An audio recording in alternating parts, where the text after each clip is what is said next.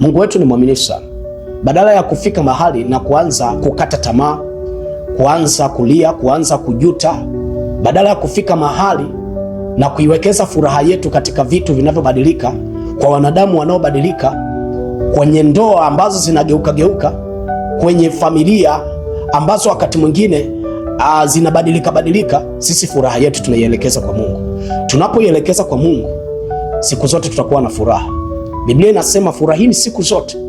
Anaposema furahini siku zote, manake Mungu ameshatengeneza mazingira ya sisi kufurahi siku zote.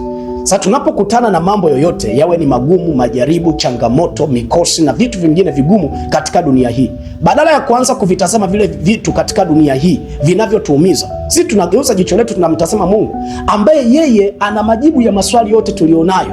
Kwa hiyo ili furaha yetu iweze kudumu siku zote, tusielekeze macho yetu, tumaini letu na imani yetu kwenye vitu vinavyobadilika.